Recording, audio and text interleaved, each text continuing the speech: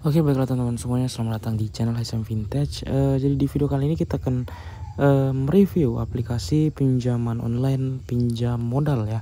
Nah, jadi mungkin teman-teman semuanya masih banyak yang belum mengetahui tentang ada aplikasi pinjam online namanya pinjam modal. Karena untuk aplikasi pinjam modal ini tidaklah seramai aplikasi-aplikasi lain dan tidaklah memiliki minat yang banyak seperti aplikasi-aplikasi pinjaman online pada umumnya ya teman-teman semuanya.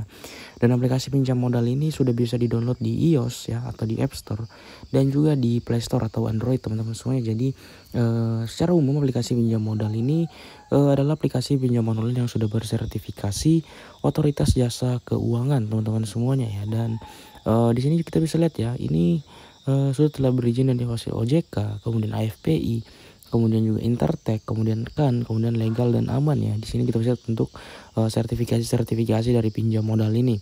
Namun teman-teman harus ketahui ya, untuk aplikasi pinjam modal ini sepertinya bukanlah aplikasi pinjam online pada sama seperti pada umumnya ya, yang ditujukan untuk masyarakat umum. Namun di aplikasi ini di sini ada pinjaman inventory dan pinjaman karyawan ya. Dan untuk inventory di sini pinjaman yang ditujukan untuk pembelian stok barang ya. Jadi sebenarnya untuk mengajukan pinjaman di aplikasi ini sama saja seperti aplikasi pinjaman online lain ya teman-teman semuanya ya.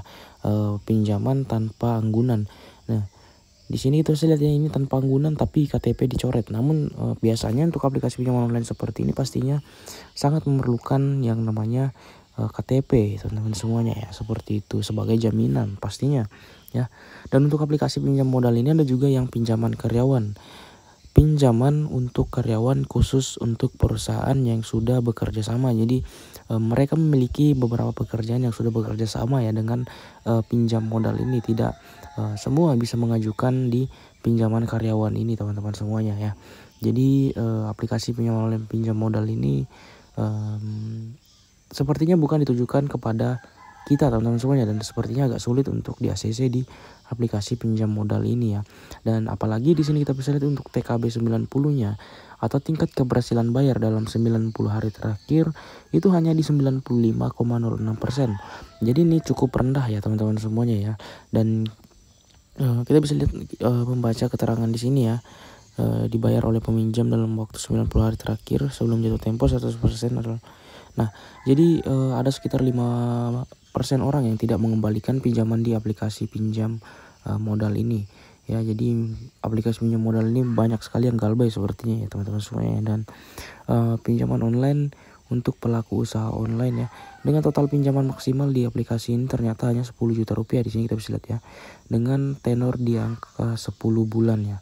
Nah, namun saya belum mendapatkan data mengenai sistem cicilan beserta bunga di aplikasi pinjam modal ini. Dan mungkin nanti kedepannya kita akan mencari tahu mengenai limit beserta bunga pada saat mengajukan di aplikasi pinjam modal ini teman-teman semuanya, seperti itu.